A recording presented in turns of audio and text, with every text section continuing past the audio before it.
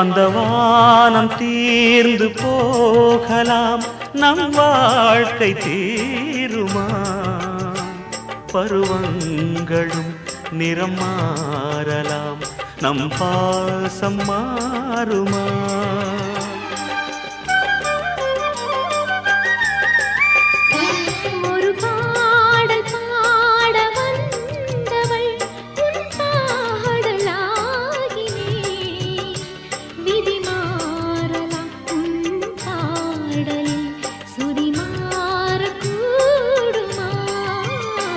நீ கீர்த்தனை நான் பிரார்த்தனை, பொருந்தாமல் போகுமா?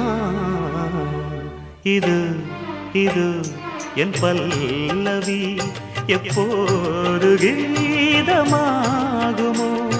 இவள் உந்தன் சரணம் என்றார்.